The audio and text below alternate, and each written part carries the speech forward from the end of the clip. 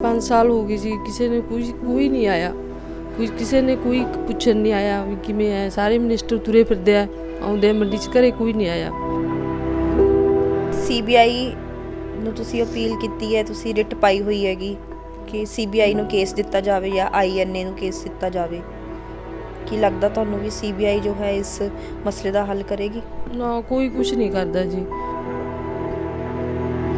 सारा पता है भी कित्थे की होया, की ब्लास्ट होया, किवें गड्डी आई, सारा पता है सबनूं। कुछ नहीं हो रहा। ये सारे आपस च मिले हुए है, इन्हां दी मिली भुगत चाल है इन्हां दी, कोई हल ही नहीं करते। जॉब ਦਿੱਤੀ ਹੈ ਤੁਹਾਡੇ ਹਸਬੈਂਡ ਨੇ ਤੇ ਤੁਹਾਨੂੰ ਮੁਆਵਜ਼ਾ ਵੀ ਮਿਲਿਆ, ਕੀ ਇਹ ਕਾਫੀ ਹੈ? देखो जी, ਇਹਦੇ ਅੱਗੇ ਤੁਸੀਂ ਆਪ ਹੀ ਦੇਖੋ ਵੀ ਕੀ ਹੋ ਸਕਦਾ ਹੈ, ਜਿਹੜਾ ਸਾਡਾ ਬੁਢਾਪੇ ਦਾ ਸਹਾਰਾ ਸੀ। डिले ਤਾਂ ਕਰ ਨਹੀਂ ਹੋਏ ਜੀ, ਜਿਹਨੇ ਇਹ ਕਰਵਾਇਆ ਉਹ ਕਾਂਗਰਸ ਦਾ ਕੈਂਡੀਡੇਟ ਸੀਗਾ। ਉਸ ਤੋਂ ਬਾਅਦ ਕਾਂਗਰਸ ਦੀ ਸਰਕਾਰ ਆ ਗਈ ਤਾਂ ਉਸ ਬੰਦੇ ਦਾ ਉੱਪਰ ਤੱਕ ਰਾਹੁਲ ਗਾਂਧੀ ਤੱਕ, ਸੋਨੀਆ ਗਾਂਧੀ ਤੱਕ ਹੋਲਡ ਸੀ। ਸੁਪਰੀਮ ਕੋਰਟ ਜਾ ਕੇ ਵੀ ਕੀ ਕਰ ਲਾਂਗੇ ਅਸੀਂ, ਕਿ ਸਾਨੂੰ ਕੁਝ ਦਿਖਦਾ ਨਹੀਂ ਵੀ ਹਾਂ ਵੀ ਸਾਨੂੰ ਇਨਸਾਫ ਮਿਲੂਗਾ ਜਾਂ ਨਾ ਮਿਲੂਗਾ। ਇਸ ਕਰਕੇ ਅਸੀਂ ਆਪਣੇ ਘਰੇ ਬੈਠੇ ਹਾਂ ਬਸ। ਹਰਸਿਮਰਤ ਕੌਰ ਬਾਦਲ ਦਾ ਇਹ ਪਾਰਲੀਮੈਂਟ ਏਰੀਆ ਹੈ, ਪਰ ਉਹਦੀ ਅੱਜ ਤੱਕ ਵੀ ਮਤਲਬ ਕਦੇ ਉਸਨੇ ਆ ਕੇ ਇਸ ਗਲੀ 'ਚ ਸਾਡੇ ਕੋਲੇ ਜਾਂ ਸਾਡੇ ਘਰ 'ਚ ਆ ਕੇ ਉਹਨੇ ਸਾਡੇ ਨਾਲ ਗੱਲਬਾਤ ਨਹੀਂ ਕਰੀ, ਸਾਨੂੰ ਸਾਡਾ ਕੋਈ ਦੁੱਖ ਨਹੀਂ ਪੁੱਛਿਆ। ਕੀ ਕਾਰਨ ਰਹੇ ਹੋਣੇ ਹੈ ਜੇ ਅਜਿਹਾ ਬਲਾਸਟ ਕਰਾਉਣ ਦੇ ਪਿੱਛੇ? ਉਹਨੂੰ ਮਿਲਿਆ ਕੁਛ ਨਹੀਂ ਤੇ ਸਾਡਾ ਛੱਡਿਆ ਕੁਛ ਨਹੀਂ, ਅਸੀਂ ਬਰਬਾਦ ਕਰਤੇ। ਬਸ ਉਹ ਕਾਰ ਦੇ ਵਿੱਚ ਜਦੋਂ ਬੈਠਿਆ ਬੱਚੇ ਦੇ ਮਤਲਬ ਉਹ ਕਾਰ ਦੇ ਥੋੜ੍ਹੇ ਨੇੜੇ ਸੀਗੇ, ਉਹ ਕਾਰ ਵੀ ਜਿਹੜੀ ਚੀਜ਼ ਮਤਲਬ ਇਹ ਫਿੱਟ ਕਰਿਆ ਹੋਇਆ ਸੀ ਉਹ ਵੀ ਕਾਰ ਉਹਦੇ ਨੇੜੇ ਸੀ, ਬਲਾਸਟ ਹੋ ਗਿਆ। ਜਦੋਂ ਬਲਾਸਟ ਹੋਇਆ ਉਹ ਜਿਹੜਾ ਕੈਮੀਕਲ ਸੀ ਉਹਨਾਂ ਬੱਚਿਆਂ ਦੇ ਉੱਤੇ ਪੈ ਗਿਆ ਤੇ ਨਾਲ ਦੀ ਨਾਲ ਅੱਗ ਲੱਗ ਗਈ ਉਹਨਾਂ ਨੂੰ। ਜਦੋਂ ਮੈਂ ਆਪਣੇ ਬੱਚੇ ਬਾਰੇ ਪੁੱਛਿਆ ਤਾਂ ਉਹ ਕਹਿੰਦੇ ਵੀ ਉਹ ਵੀ ਉੱਥੇ ਸੀਗਾ, ਜਦੋਂ ਉੱਥੇ ਗਿਆ ਸੀ ਉਹ ਬੱਚਾ ਡਿੱਗਿਆ ਪਿਆ ਸੀ ਸਾਡਾ। ਅਸੀਂ ਚੱਕਿਆ ਉਹਨੂੰ, ਚੱਕ ਕੇ ਆਪਣੀ ਕਾਰ ਕੱਢੀ ਉੱਥੋਂ, ਫਟਾਫਟ ਉਹ ਕਾਰ 'ਚ ਪਾਇਆ ਤੇ ਅਸੀਂ ਬਠਿੰਡੇ ਨੂੰ ਮਤਲਬ ਚੱਲ ਪਏ। ਕਾਰਨ ਇਹੀ ਸੀਗਾ ਵੀ ਸਰਕਾਰ ਕਾਂਗਰਸ ਦੀ ਹੈ, ਜੱਸੀ ਕਾਂਗਰਸ ਦਾ ਮਤਲਬ ਕੈਂਡੀਡੇਟ ਸੀ। ਜਿੱਥੇ ਵੀ ਉਹ ਜਾਂਦੇ ਸੀ ਉਹ ਮਤਲਬ ਅੱਗੇ ਹੋ ਕੇ ਉਸ ਜਿਹੜੀ ਪੁੱਛਗਿੱਛ ਸੀ ਜਾਂ ਇਨਵੈਸਟੀਗੇਸ਼ਨ ਹੁੰਦੀ ਸੀ ਉਹਨੂੰ ਤਾਰਪੜੋ ਕਰਦੇ ਸੀਗੇ, ਤਾਂ ਕਿ ਸਾਨੂੰ ਕੋਈ ਪੁੱਛਦਾ ਨਹੀਂ ਸੀ। ਡੀਜੀਪੀ ਪੰਜਾਬ ਚੰਡੀਗੜ੍ਹ ਨੂੰ ਅਸੀਂ 2 ਵਾਰ ਜਾ ਕੇ ਅਸੀਂ ਮਿਲ ਕੇ ਆਏ ਹਾਂ, ਮਤਲਬ ਵਿਦ ਫੈਮਿਲੀ ਸਾਰੇ, ਤੇ ਔਰ ਇਨ ਰਿਟਨ ਉਹਨੂੰ ਲਿਖ ਕੇ ਦਿੱਤਾ ਹੋਇਆ ਵੀ ਇਹ ਜਿਹੜਾ ਇੱਥੋਂ ਦਾ ਇਹ ਜਿਹੜਾ ਜ਼ਿੰਮੇਵਾਰ ਹੈ ਉਹ ਜੱਸੀ ਹੈ, ਜੱਸੀ ਨੂੰ ਫੜੋ, ਉਹਨੂੰ ਇਨਵੈਸਟੀਗੇਸ਼ਨ ਕਰੋ, ਉਹ ਤੋਂ ਪੁੱਛਗਿੱਛ ਕਰੋ, ਪਰ ਨਹੀਂ ਕਿਸੇ ਨੇ ਪੁੱਛਿਆ।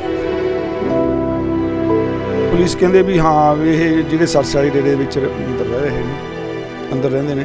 ਹਾਂਜੀ, ਪੰਜਾਬ ਪੁਲਿਸ ਉੱਥੋਂ 1-2 ਵਾਰ ਮਤਲਬ ਫੜਨ ਗਈ ਹੈ, ਪਰ ਉਹਨਾਂ ਨੂੰ ਉਸੇ ਟਾਈਮ ਮਤਲਬ ਫੋਨ ਆ ਜਾਂਦਾ ਸੀ ਵੀ ਤੁਸੀਂ ਮਤਲਬ ਵਾਪਸ ਆ ਜਾਓ, ਨਹੀਂ ਜਾਣਾ।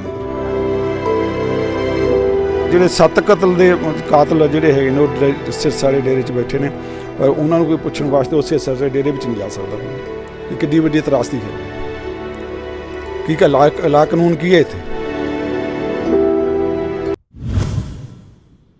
31 ਜਨਵਰੀ 2017 ਨੂੰ ਮੌੜ ਮੰਡੀ ਵਿਖੇ ਇੱਕ ਬੰਬ ਬਲਾਸਟ ਹੋਇਆ। ਅੱਜ 31 ਜਨਵਰੀ ਹੈ ਅਤੇ ਅਸੀਂ ਉਸ ਪਰਿਵਾਰ ਦੇ ਨਾਲ ਮੌਜੂਦ ਹਾਂ ਜੋ ਪੀੜਤ ਪਰਿਵਾਰ ਹੈ। ਤੁਸੀਂ ਦੇਖ ਸਕਦੇ ਹੋ ਤਸਵੀਰਾਂ ਦੇ ਵਿੱਚ ਮਾਂ ਆਪਣੇ ਪੁੱਤ ਦੀ ਜੋ ਤਸਵੀਰ ਲੈ ਕੇ ਬੈਠੀ ਹੈ, ਬੇਟਾ ਜਪਸਿਮਰਨ ਉਸ ਬੰਬ ਬਲਾਸਟ ਦੇ ਵਿੱਚ ਜੋ ਹੈ ਇਹਨਾਂ ਦੀ ਡੈਥ ਹੋ ਗਈ ਸੀ ਬੰਬ ਬਲਾਸਟ ਦੇ ਦੌਰਾਨ। ਅਤੇ ਇਹੀ ਰੁੱਤ ਸੀ, 5 ਸਾਲ ਬੀਤ ਚੁੱਕੇ ਨੇ, ਪਰ ਅੱਜ ਪਰਿਵਾਰ ਦੇ ਜਿਹੜੇ ਹੱਥ ਨੇ ਖਾਲੀ ਨੇ। ਇਨਸਾਫ ਨੇੜੇ ਤੇੜੇ ਵੀ ਨਹੀਂ ਹੈ, ਕਿਉਂਕਿ ਕੋਰਟ ਕਚਹਿਰੀਆਂ ਦੇ ਧੱਕੇ ਖਾ ਰਹੇ ਨੇ, ਪਰ ਜਿਹੜੇ ਦੋਸ਼ੀ ਨੇ ਉਹਨਾਂ ਨੂੰ ਹੀ ਹਜੇ ਤੱਕ ਪੁਲਿਸ ਵੱਲੋਂ ਗ੍ਰਿਫਤਾਰ ਨਹੀਂ ਕੀਤਾ ਗਿਆ। ਕਿੱਡੀ ਵੱਡੀ ਤਰਾਸਦੀ ਅਸੀਂ ਕਹਿੰਦੇ ਹਾਂ ਕਿ ਸਾਡੇ ਦੇਸ਼ ਦੇ ਵਿੱਚ ਕਾਨੂੰਨ ਹੈ, ਲਾਅ ਐਂਡ ਆਰਡਰ ਸਟੇਟਸ ਕਹਿੰਦੀਆਂ ਵੀ ਅਸੀਂ ਮੇਨਟੇਨ ਕੀਤਾ ਹੋਇਆ, ਪਰ ਇੱਥੋਂ ਦੇ ਲਾਅ ਐਂਡ ਆਰਡਰ ਦੀ ਗੱਲ ਕੋਈ ਵੀ ਨਹੀਂ ਕਰਦਾ। ਸਾਡੇ ਨਾਲ ਪਰਿਵਾਰ ਮੈਂਬਰ ਮੌਜੂਦ ਨੇ, ਬੱਚੇ ਦੇ ਦਾਦਾ ਜੀ ਨੇ ਅਤੇ ਉਹਨਾਂ ਦੇ ਮਾਤਾ ਜੀ ਨੇ। ਗੱਲਬਾਤ ਉਹਨਾਂ ਦੇ ਨਾਲ ਕਰਾਂਗੇ ਕਿਉਂਕਿ ਚੋਣਾਂ ਦਾ ਸੀਜ਼ਨ ਫਿਰ ਤੋਂ ਆ ਗਿਆ ਤੇ ਫਿਰ ਤੋਂ ਜਿਹੜੇ ਸਿਆਸਤਦਾਨ ਨੇ ਲੋਕਾਂ ਦੇ ਵਿੱਚ ਵਿਚਰ ਰਹੇ ਨੇ, ਪਰ ਇਹਨਾਂ ਦੀ ਸਾਰ ਕੋਈ ਵੀ ਨਹੀਂ ਲੈ ਰਿਹਾ। ਕੀ ਕਹੋਗੇ ਭੈਣ ਜੀ, ਤੁਸੀਂ, ਤੁਹਾਡਾ ਬੇਟਾ ਇਸ ਬੰਬ ਬਲਾਸਟ ਦੇ ਵਿੱਚ ਦੀ ਜਾਨ ਚਲੀ ਗਈ ਸੀ ਤੇ 5 ਸਾਲ ਹੋ ਗਏ, 31 ਜਨਵਰੀ ਅੱਜ ਫਿਰ ਤੋਂ ਉਹੀ ਦਿਨ ਆ ਗਿਆ, ਪਰ ਤੁਹਾਨੂੰ ਇਨਸਾਫ ਨਹੀਂ ਅਜੇ ਤੱਕ ਮਿਲਿਆ। ਹਾਂਜੀ 5 ਸਾਲ ਹੋ ਗਏ ਜੀ, ਕਿਸੇ ਨੇ ਕੋਈ ਨਹੀਂ ਆਇਆ, ਕਿਸੇ ਨੇ ਕੋਈ ਪੁੱਛਣ ਨਹੀਂ ਆਇਆ ਵੀ ਕਿਵੇਂ ਹੈ। ਸਾਰੇ ਮਿਨਿਸਟਰ ਤੁਰੇ ਫਿਰਦੇ ਆ, ਆਉਂਦੇ ਆ ਮੰਡੀ 'ਚ, ਘਰੇ ਕੋਈ ਨਹੀਂ ਆਇਆ, ਕਿਸੇ ਨੇ ਕੁਛ ਨਹੀਂ ਉਹ ਕੀਤਾ। 5 ਸਾਲ ਹੋ ਗਏ। ਤੁਹਾਡਾ ਇਹ ਬੱਚਾ ਇਕੱਲਾ ਹੀ ਸੀਗਾ? ਹਾਂਜੀ ਇਕੱਲਾ ਹੀ ਸੀ। ਬੇਟੀ ਆ ਉਹ ਛੋਟੀ ਸੀ, ਇਹ ਵੱਡਾ ਸੀ। ਇਹਦੇ ਨਾਲ ਹੋਰ 5 ਬੱਚੇ ਸੀਗੇ? ਇਹਦੇ ਨਾਲ ਹਾਂਜੀ, ਉਹ ਵੀ ਇਸੇ ਗਲੀ ਦੇ ਹੀ ਸੀਗੇ ਜੀ, ਸਾਰੇ 4-5 ਸੀ, ਇਕੱਠੇ ਹੀ ਰਹਿੰਦੇ ਸੀ, ਬਸ ਇਕੱਠੇ ਹੀ ਉਹਨਾਂ ਦਾ ਹੋ ਗਿਆ।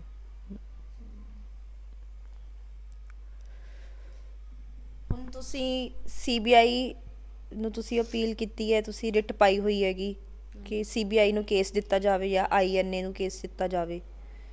ਕੀ ਲੱਗਦਾ ਤੁਹਾਨੂੰ ਵੀ CBI ਜੋ ਹੈ ਇਸ ਮਸਲੇ ਦਾ ਹੱਲ ਕਰੇਗੀ? ਨਾ, ਕੋਈ ਕੁਛ ਨਹੀਂ ਕਰਦਾ ਜੀ।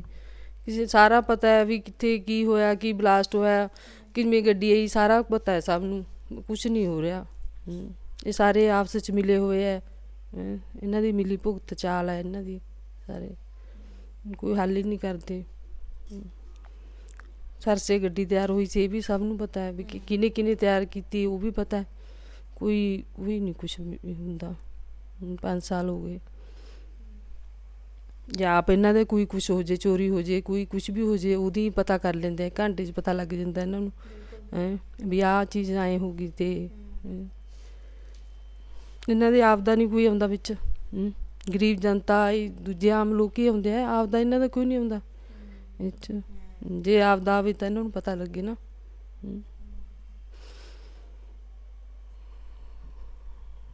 ਤੁਹਾਡੇ ਹੁਣ ਵੀ ਜਿਸ ਤਰ੍ਹਾਂ ਇਲੈਕਸ਼ਨਸ ਨੇ, ਤਾਂ ਕੋਈ ਹੁਣ ਤੁਹਾਡੇ ਕੋਲੇ ਕੋਈ ਜਿਹੜੇ ਇੱਥੋਂ ਇਲੈਕਸ਼ਨ ਲੜ ਰਹੇ ਆ ਉਮੀਦਵਾਰ ਨੇ, ਕੋਈ ਆਇਆ ਤੁਹਾਡੇ ਕੋਲੇ? ਨਾ ਜੀ, ਕੋਈ ਨਹੀਂ ਆਇਆ, ਕੋਈ ਨਹੀਂ ਆਇਆ। ਜੌਬ ਦਿੱਤੀ ਹੈ ਤੁਹਾਡੇ ਹਸਬੈਂਡ ਨੂੰ ਤੇ ਤੁਹਾਨੂੰ ਮੁਆਵਜ਼ਾ ਵੀ ਮਿਲਿਆ, ਕੀ ਇਹ ਕਾਫੀ ਹੈ? ਦੇਖੋ ਜੀ, ਇਹਦੇ ਅੱਗੇ ਤੁਸੀਂ ਆਪ ਹੀ ਦੇਖੋ ਵੀ ਕੀ ਹੋ ਸਕਦਾ ਹੈ, ਜਿਹੜਾ ਸਾਡਾ ਬੁਢਾਪੇ ਦਾ ਸਹਾਰਾ ਸੀ।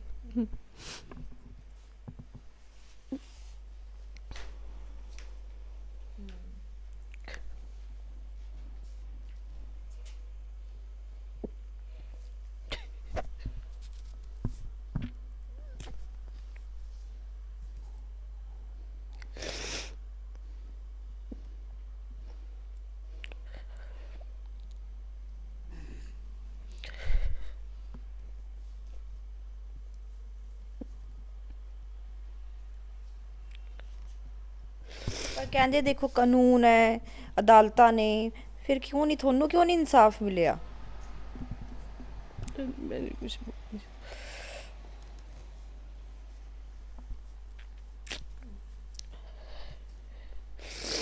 मैं बोल नहीं सकती। ਤੁਹਾਨੂੰ ਜੇ ਇੱਥੋਂ ਨਹੀਂ ਇਨਸਾਫ ਮਿਲਿਆ, ਤੁਹਾਨੂੰ ਹਾਈ ਕੋਰਟ ਤੋਂ ਨਹੀਂ ਮਿਲਿਆ, ਤੁਸੀਂ ਸੁਪਰੀਮ ਕੋਰਟ ਇੰਡੀਆ ਜਾ ਸਕਦੇ ਹੋ, ਉੱਪਰ ਪ੍ਰੈਜ਼ੀਡੈਂਟ ਬੈਠੇ, ਤੁਸੀਂ ਉੱਥੇ ਜਾ ਸਕਦੇ ਹੋ।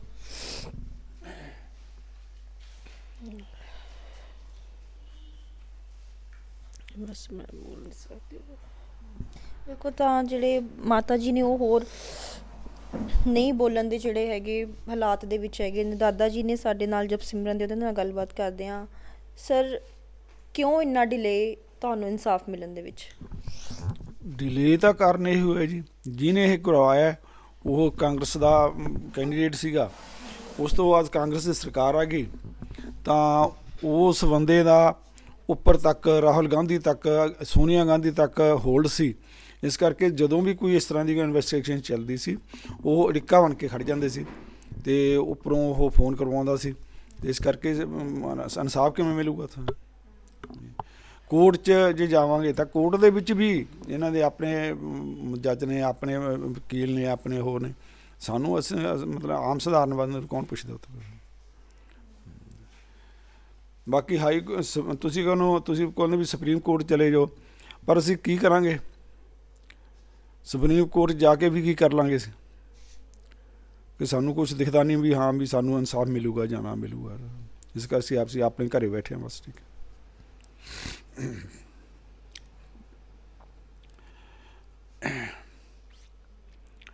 ਅਸੀਂ ਕਿਉਂ ਸੋਚਦੇ ਹਾਂ ਵੀ ਕਿਉਂ ਜਿਹੜਾ ਕੁਛ ਬਰਬਾਦ ਹੋ ਗਿਆ ਹੁਣ ਅਸੀਂ ਕਿਉਂ ਆਪਦਾ ਟਾਈਮ ਮਤਲਬ ਵੇਸਟ ਕਰੀਏ ਜਾਂ ਆਪਣੀ ਜ਼ਿੰਦਗੀ ਕਿਉਂ ਖਰਾਬ ਕਰੀਏ? ਅਸੀਂ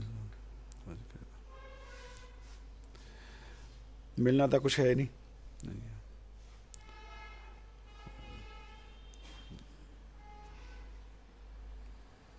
ਜੋ ਪਰਮਾਤਮਾ ਨੇ ਕਰਿਆ ਠੀਕ ਹੈ, ਅਸੀਂ ਭੁਗਤ ਰਹੇ ਹਾਂ ਬਸ। ਕਦੇ ਤੁਹਾਡੇ ਕੋਲੇ ਇੱਥੋਂ ਦੇ ਮੈਂਬਰ ਪਾਰਲੀਮੈਂਟ ਨੇ ਔਰ ਚੰਗੀ ਪਾਰਟੀ ਦੇ ਨਾਲ ਸੰਬੰਧਿਤ ਨੇ, ਹਰਸਿਮਰਤ ਕੌਰ ਬਾਦਲ, ਉਹ ਤੁਹਾਨੂੰ ਆ ਕੇ ਨਹੀਂ ਮਿਲੇ? ਹਰਸਿਮਰਤ ਕੌਰ ਬਾਦਲ ਦਾ ਇਹ ਪਾਰਲੀਮੈਂਟ ਏਰੀਆ ਹੈ, ਪਰ ਉਹਦੀ ਅੱਜ ਤੱਕ ਵੀ ਮਤਲਬ ਕਦੇ ਉਸਨੇ ਆ ਕੇ ਇਸ ਗਲੀ 'ਚ ਸਾਡੇ ਕੋਲੇ ਜਾਂ ਸਾਡੇ ਘਰ 'ਚ ਆ ਕੇ ਉਹਨੇ ਸਾਡੇ ਨਾਲ ਗੱਲਬਾਤ ਨਹੀਂ ਕਰੀ, ਸਾਨੂੰ ਸਾਡਾ ਕੋਈ ਦੁੱਖ ਨਹੀਂ ਪੁੱਛਿਆ। ਔਰ ਇੱਥੋਂ ਤੱਕ ਵੀ ਉਹਨਾਂ ਨੇ ਆਪਦੇ ਮੂੰਹ 'ਚੋਂ ਕਦੇ ਲਫ਼ਜ਼ ਨਹੀਂ ਬੋਲਿਆ ਵੀ ਇੱਥੇ ਜਿਹੜੇ 7 ਕਤਲ ਹੋਏ ਨੇ ਉਹ ਮਤਲਬ ਮੌੜ ਮੰਡੀ ਬਠਿੰਡੇ ਦਾ ਹੱਕ ਹੈ ਅਤੇ ਮੌੜ ਮੰਡੀ 'ਚ ਇਹ ਗੱਲ ਹੋਈ, ਬਹੁਤ ਮਾੜੀ ਗੱਲ ਘਟਨਾ ਹੋਈ, ਪਰ ਉਹਦੇ ਮੂੰਹੋਂ 'ਚ ਅੱਜ ਤੱਕ ਲਫ਼ਜ਼ ਨਹੀਂ ਨਿਕਲਿਆ ਜੀ।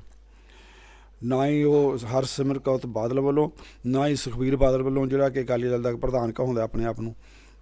ਉਹ ਵੀ ਇੱਥੇ 5 ਵਾਰ ਮੌੜ ਮੰਡੀ 'ਚ 5-6 ਵਾਰ ਮਤਲਬ ਇੱਥੇ ਆ ਚੁੱਕਿਆ, ਆਪਦੇ ਵਰਕਰਾਂ ਨੂੰ ਸੰਬੋਧਨ ਕਰ ਚੁੱਕਿਆ, ਪਰ ਉਸ ਸੰਬੋਧਨ ਦੇ ਵਿੱਚ ਵੀ ਉਹਨੇ ਅੱਜ ਤੱਕ ਕਦੇ ਜ਼ਿਕਰ ਨਹੀਂ ਕੀਤਾ ਵੀ ਇੱਥੇ ਮੌੜ ਮੰਡੀ 'ਚ 5 ਬਲਾਸਟ 6 ਮਤਲਬ 7 ਬਲਾਸਟ ਹੋ ਗਏ, 7 ਕਤਲ ਹੋ ਗਏ ਬਲਾਸਟ ਦੇ ਵਿੱਚ, ਵੀ ਇਹ ਬਹੁਤ ਮਾੜੀ ਘਟਨਾ ਹੋਈ ਜਾਂ।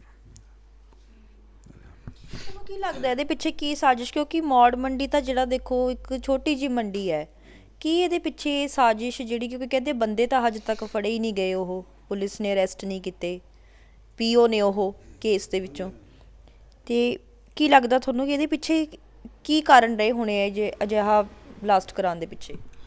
ਕਾਰਨ ਤਾਂ ਉਸ ਟਾਈਮ 'ਤੇ ਜੇ ਕਾਰਨ ਇਹ ਸੀਗਾ, ਜੱਸੀ ਨੂੰ ਪਤਾ ਲੱਗ ਗਿਆ ਸੀ ਵੀ ਮੈਂ ਇੱਥੋਂ ਹਾਰੂੰਗਾ, ਆਪ ਦਾ ਜਿਹੜਾ ਹੈ ਉਹ ਕੈਂਡੀਡੇਟ ਹੈ ਉਹ ਜਿੱਥੋਂ ਜਿੱਤ ਰਿਹਾ, ਲੋਕਾਂ ਦੀ ਸਿੰਪਥੀ ਲੈਣ ਵਾਸਤੇ, ਜਾਂ ਇਹ ਕਿ ਜੇ ਇੱਥੇ ਨੁਕਸਾਨ ਹੋ ਜਾਂਦਾ ਤਾਂ ਇਹ ਜਿਹੜੀ ਮਤਲਬ ਚੋਣਾਂ ਨੇ ਮੌੜ ਦੀਆਂ ਪੋਸਟਪੋਨ ਹੋ ਜਾਣਗੀਆਂ। ਉਸ ਤੋਂ ਬਾਅਦ ਵੀ ਮੈਂ ਫਿਰ ਦੁਬਾਰੇ ਇਹਦੇ 'ਚ ਖੜਾ ਹੋਊਂਗਾ ਬਾਈ ਇਲੈਕਸ਼ਨ 'ਚ ਅਤੇ ਮੈਂ ਜਿੱਤ ਜਾਊਂਗਾ। ਤਾਂ ਉਹਨੂੰ ਇਹ ਵੀ ਪਤਾ ਸੀ ਵੀ ਅੱਗੇ ਕਾਂਗਰਸ ਸਰਕਾਰ ਆ ਰਹੀ ਹੈ, ਵੀ ਮੈਂ ਕੁਛ ਨਾ ਕੁਛ ਉਹਦੇ ਵਿੱਚ ਪ੍ਰਾਪਤ ਕਰ ਸਕੂੰਗਾ। ਮੇਨ ਮੁੱਦਾ ਇਹ ਸੀ ਉਹਦਾ, ਅਤੇ ਉਸ ਮੁੱਦੇ ਕਰਕੇ ਇਹ ਸਾਰਾ ਕੁਛ ਕਰਵਾਇਆ ਸੀ ਉਹਨੇ, ਅਤੇ ਪਰ ਲੇਕਿਨ ਉਹ ਮਤਲਬ ਉਹਨੂੰ ਮਿਲਿਆ ਕੁਛ ਨਹੀਂ, ਅਤੇ ਸਾਡਾ ਛੱਡਿਆ ਕੁਛ ਨਹੀਂ, ਅਸੀਂ ਬਰਬਾਦ ਕਰਦੇ ਪਏ।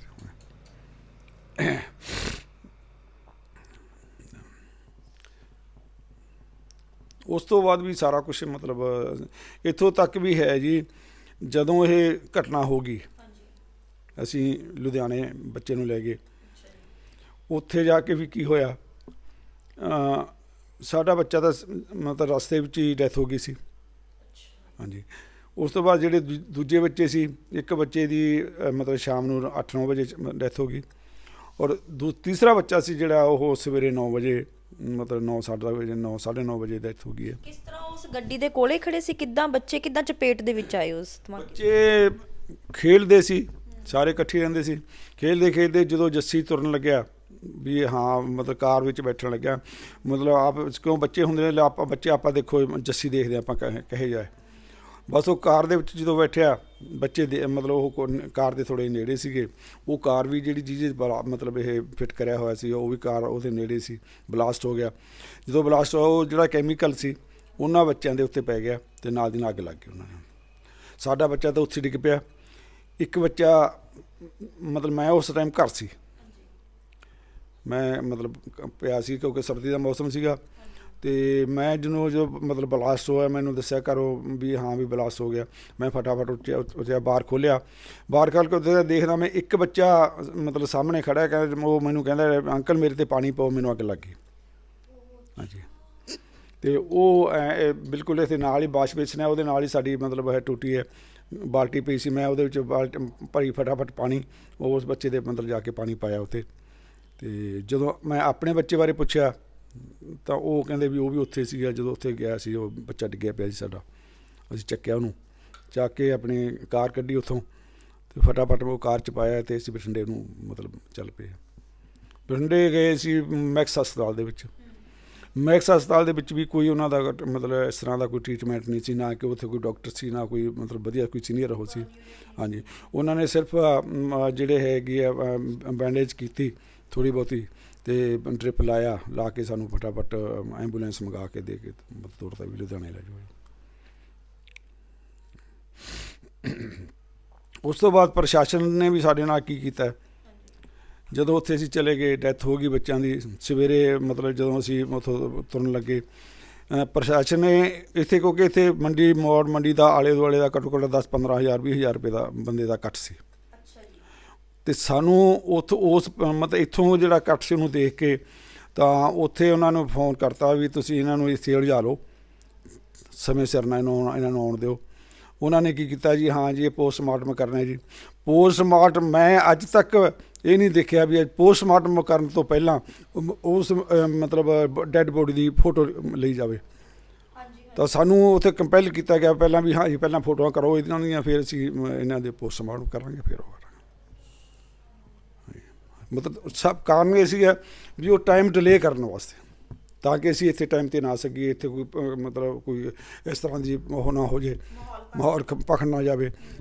ਇਸ ਕਰਕੇ ਸਾਨੂੰ ਮਤਲਬ ਉੱਥੇ ਜਦੋਂ ਕਿ ਸਵੇਰੇ 9 ਵਜੇ ਦਾ ਮਤਲਬ ਬੋਡੀ ਮਤਲਬ ਉਹ ਹੋਈ, ਤਾਂ ਸਾਨੂੰ ਸ਼ਾਮ ਨੂੰ 6-7 ਵਜੇ ਮਤਲਬ ਉੱਥੋਂ ਸਾਨੂੰ ਫਾਰਗ ਕੀਤਾ ਗਿਆ ਪੋਸਟਮਾਰਟਮ ਕਰਨ।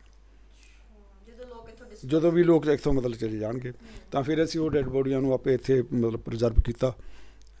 ਤੇ ਆਪਣੇ ਬਹੁਤ ਸੰਘਰਸ਼ ਕੀਤਾ ਅੰਕਲ, ਤੁਸੀਂ ਲਗਾਤਾਰ ਪ੍ਰੋਟੈਸਟ ਵੀ ਕਰਦੇ ਰਹੇ, ਪਰ ਕਿਸੇ ਦੇ ਜਿਹੜਾ ਹੈ ਪ੍ਰਸ਼ਾਸਨ ਦੇ ਕੋਈ ਕੰਨ ਤੇ ਜੂੰ ਨਹੀਂ ਸਰਕੀ, ਕੋਈ ਸਰਕਾਰ ਦੇ ਜੂੰ ਨਹੀਂ ਸਰਕੀ। ਕੋਈ ਸਰਕਾਰ ਨਹੀਂ ਸਰਕੀ ਜੀ। ਜੋ ਵੀ ਸਾਡੀਆਂ ਡਿਮਾਂਡਸ ਹੁੰਦੀਆਂ ਸੀ, DC ਸੁਣਦਾ ਸੀ ਆ ਕੇ, SSP ਸੁਣਦਾ ਸੀ ਆ ਕੇ, ਪਰ ਕਿਸੇ ਨੇ ਕੋਈ ਸਾਡੀ ਬਾਂਹ ਨਹੀਂ ਫੜੀ। ਬਸ ਸਭ ਇੱਥੋਂ ਸੁਣ ਕੇ ਚਲੇ ਜਾਂਦੇ ਸੀ। ਜਦੋਂ ਚੌਥੇ ਬੱਚੇ ਦੀ ਡੈਥ ਹੋਈ ਹੈ, ਉਹ ਘੱਟੋ ਘੱਟ 2 ਮਹੀਨਿਆਂ ਬਾਅਦ ਡੈਥ। ਜਿਹੜੇ ਹਰਮਿੰਦਰ ਜੱਸੀ ਜਿਨ੍ਹਾਂ ਦੀ ਰੈਲੀ ਸੀਗੀ, ਉਹਨਾਂ ਨੂੰ ਮਤਲਬ ਕਦੇ ਕੋਰਟ 'ਚ ਨਹੀਂ ਉਹਨਾਂ ਨੂੰ ਤਲਬ ਕੀਤਾ? ਨਾ ਹੀ ਕੋਰਟ ਨੇ ਤਲਬ ਕੀਤਾ ਹੈ, ਨਾ ਹੀ ਉਹ ਸਾਡੇ ਕੋਲ ਆਇਆ। ਸਾਨੂੰ ਪੁੱਛਿਆ ਉਹਨਾਂ ਨੇ ਵੀ ਜਾਂ ਮਤਲਬ ਤੁਹਾਡੇ ਨਾਲ ਕੀ ਵਾਪਰ ਗਿਆ, ਕੀ ਹੋ ਗਿਆ।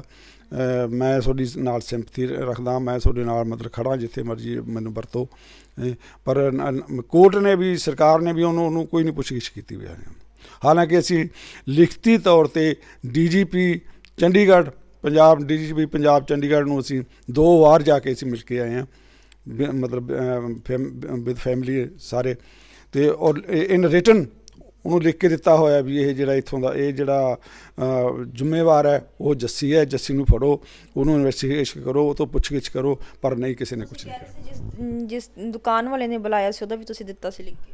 ਹਾਂਜੀ ਹਾਂ, ਮਤਲਬ ਉਹ ਜਿਹੜਾ ਅਸੀਂ ਉਸ ਤੋਂ ਬਾਅਦ ਅਸੀਂ ਜਿਹੜੀ ਦੁਕਾਨ 'ਚ ਰੈਲੀ ਹੁੰਦੀ ਹੈ, ਅਸੀਂ ਕਿਉਂਕਿ ਸਾਨੂੰ ਇਹ ਸੀਗਾ ਵੀ ਕਿਵੇਂ ਨਾ ਕਿਵੇਂ ਪਤਾ ਲੱਗੇ ਵੀ ਇਹ ਕਿਸ ਤਰ੍ਹਾਂ ਕਿਵੇਂ ਹੋਊਗਾ, ਤਾਂ ਅਸੀਂ ਲਿਖ ਕੇ ਦਿੱਤਾ ਵੀ ਹਾਂ ਵੀ ਆਹ ਜਿਹੜਾ ਦੁਕਾਨ ਜਿਹਨੇ ਇਹ ਰੈਲੀ ਕਰਵਾਈ ਸੀ ਉਹ ਤੋਂ ਪੁੱਛਗਿੱਛ ਕਰੋ ਵੀ ਉਹਨੂੰ ਕਿਹਨੇ ਕਿਹਾ ਵੀ ਹਾਂ ਵੀ ਰੈਲੀ ਰੱਖ ਤੂੰ, ਤਾਂ ਕਿ ਅਸੀਂ ਉੱਥੋਂ ਤੱਕ ਪਹੁੰਚ ਸਕੀਏ, ਮਤਲਬ ਉਹਦੇ ਕਾਤਲਾਂ ਤੱਕ। ਪਰ ਜਦੋਂ ਵੀ ਇਹ ਗੱਲ ਹੁੰਦੀ ਸੀ ਤਾਂ ਕੋਈ ਨਾ ਕੋਈ ੜਿੱਕਾ ਬਣਦਾ ਸੀ। ਇੱਕ DSP SPD ਉਹਨੂੰ ਇਨਵੈਸਟੀਗੇਸ਼ਨ ਵਾਸਤੇ ਮਤਲਬ ਸਾਡੀਆਂ ਗੱਲ ਸੁਣਨ ਵਾਸਤੇ ਮਤਲਬ ਉਹਨੂੰ ਦਿੱਤਾ ਹੈ, ਅਧਿਕਾਰ ਦਿੱਤਾ ਹੈ। ਜਦੋਂ ਅਸੀਂ ਉਹਦੇ ਅੱਗੇ ਪੇਸ਼ ਹੋਏ ਤਾਂ ਉਹਨੇ ਕੀ ਕਿਹਾ ਸਾਨੂੰ, ਕਹਿੰਦਾ ਸਾਨੂੰ ਐਫੀਡੇਵਿਟ ਦਿਓ। ਅੱਛਾ, ਹਾਂ, ਸਾਨੂੰ ਐਫੀਡੇਵਿਟ ਦਿਓ, ਕਹਿੰਦਾ ਵੀ ਆ ਫਲਾਣੇ ਬੰਦੇ ਨੇ ਮਤਲਬ ਤੁਸੀਂ ਉਹ ਕਰ ਰਹੇ ਹੋ। ਮੈਂ ਉਹਨੂੰ ਇਹ ਕਿਹਾ ਵੀ ਅਸੀਂ ਕੋਈ ਐਫੀਡੇਵਿਟ ਨਹੀਂ ਦੇਵਾਂਗੇ, ਅਸੀਂ ਇਨ ਰਿਟਨ ਐਪਲੀਕੇਸ਼ਨ ਤੁਹਾਨੂੰ ਦੇ ਚੁੱਕੇ ਹਾਂ, ਇਹੀ ਸਾਡਾ ਐਫੀਡੇਵਿਟ ਹੈ, ਇਹੀ ਸਾਡਾ ਸਭ ਕੁਛ ਹੈ।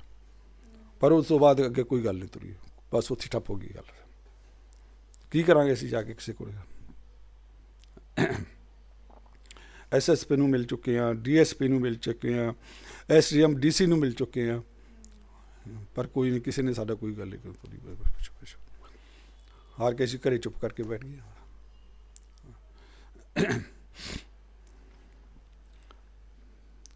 ਪ੍ਰਸ਼ਾਸਨ ਕੋਈ ਗੱਲ ਤੁਹਾਨੂੰ, ਕਿਉਂਕਿ ਕਾਰਨ ਇਹੀ ਸੀਗਾ ਵੀ ਸਰਕਾਰ ਕਾਂਗਰਸ ਦੀ ਹੈ, ਜੱਸੀ ਕਾਂਗਰਸ ਦਾ ਮਤਲਬ ਕੈਂਡੀਡੇਟ ਸੀ, ਜਿੱਥੇ ਵੀ ਉਹ ਜਾਂਦੇ ਸੀ ਉਹ ਮਤਲਬ ਅੱਗੇ ਹੋ ਕੇ ਉਸ ਜਿਹੜੀ ਪੁੱਛਗਿੱਛ ਸੀ ਜਾਂ ਇਨਵੈਸਟੀਗੇਸ਼ਨ ਹੁੰਦੀ ਸੀ ਉਹਨੂੰ ਤਾਰਪਿਡੋ ਕਰਦੇ ਸੀਗੇ ਤਾਂ ਕਿ ਸਾਨੂੰ ਕੋਈ ਪੁੱਛਦਾ ਨਹੀਂ ਸੀ।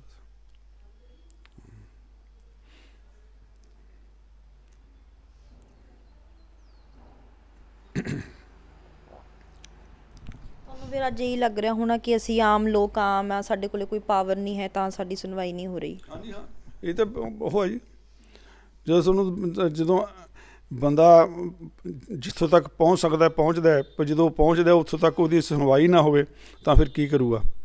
ਕਿਉਂਕਿ ਮਤਲਬ ਸਰਕਾਰ ਹੈ, ਪ੍ਰਸ਼ਾਸਨ ਹੈ, ਤਾਂ ਅਸੀਂ ਆਮ ਲੋਕ ਹਾਂ। ਆਮ ਲੋਕ ਸਾਡੇ ਕੋਲ ਪਾਵਰ ਹੈ ਨਹੀਂ ਵੀ ਜੇ ਅਸੀਂ ਕਹੀਏ ਵੀ ਹਾਂ ਵੀ ਸਾਡੀ ਗੱਲ ਸੁਣੋ। ਅਸੀਂ ਤਾਂ ਕਹਿ ਸਕਦੇ ਹਾਂ ਕਿ ਉਹ ਸੁਣਨਾ ਜਾਂ ਨਾ ਸੁਣਨਾ ਉਹਨਾਂ ਦੀ ਮਰਜ਼ੀ ਹੈ। ਇਸ ਕਰਕੇ ਸਾਡੀ 5 ਸਾਲਾਂ ਬਾਅਦ 'ਚ ਕਿਤੇ ਕਿਸੇ ਨੇ ਗੱਲ ਨਹੀਂ ਸੁਣੀ ਵੀ ਆਓ ਤੁਹਾਨੂੰ ਇਨਸਾਫ ਦਿਵਾਉਂਦੇ ਹਾਂ ਜਾਂ ਤੁਹਾਡੀ ਗੱਲ ਸੁਣਦੇ ਆ। ਨਹੀਂ, EGP ਅਸੀਂ ਮੁੱਖ ਮੰਤਰੀ ਨੇ ਜਿਹੜੇ ਉਹ ਬੰਦੇ ਨੇ ਜਿਹੜੇ ਦੋਸ਼ੀ ਜੋ ਮਤਲਬ ਅਕਿਊਜ਼ਡ ਨੇ, ਪੁਲਿਸ ਨੇ ਆਇਡੈਂਟੀਫਾਈ ਕੀਤੇ ਆ, ਪੁਲਿਸ ਨੂੰ ਪਤਾ ਲੱਗ ਗਿਆ ਵੀ ਆਹ ਬੰਦੇ ਆ, ਉਹ ਬੰਦੇ ਹੁਣ ਤੱਕ ਕਿੱਥੇ ਨੇ? ਉਹ ਕਿੱਥੇ ਅੰਡਰਗਰਾਉਂਡ ਨੇ? ਇਹ ਹਜੇ ਤੱਕ ਪੁਲਿਸ ਨੂੰ ਪਤਾ ਹੀ ਨਹੀਂ ਹੈ। ਪੁਲਿਸ ਨੂੰ ਪਤਾ ਜੀ, ਪੁਲਿਸ ਕਹਿੰਦੇ ਵੀ ਹਾਂ ਵੀ ਇਹ ਜਿਹੜੇ ਸਰਸੇ ਵਾਲੀ ਡੇਰੇ ਦੇ ਵਿੱਚ ਮਤਲਬ ਰਹਿ ਰਹੇ ਨੇ, ਅੰਦਰ ਰਹਿੰਦੇ ਨੇ।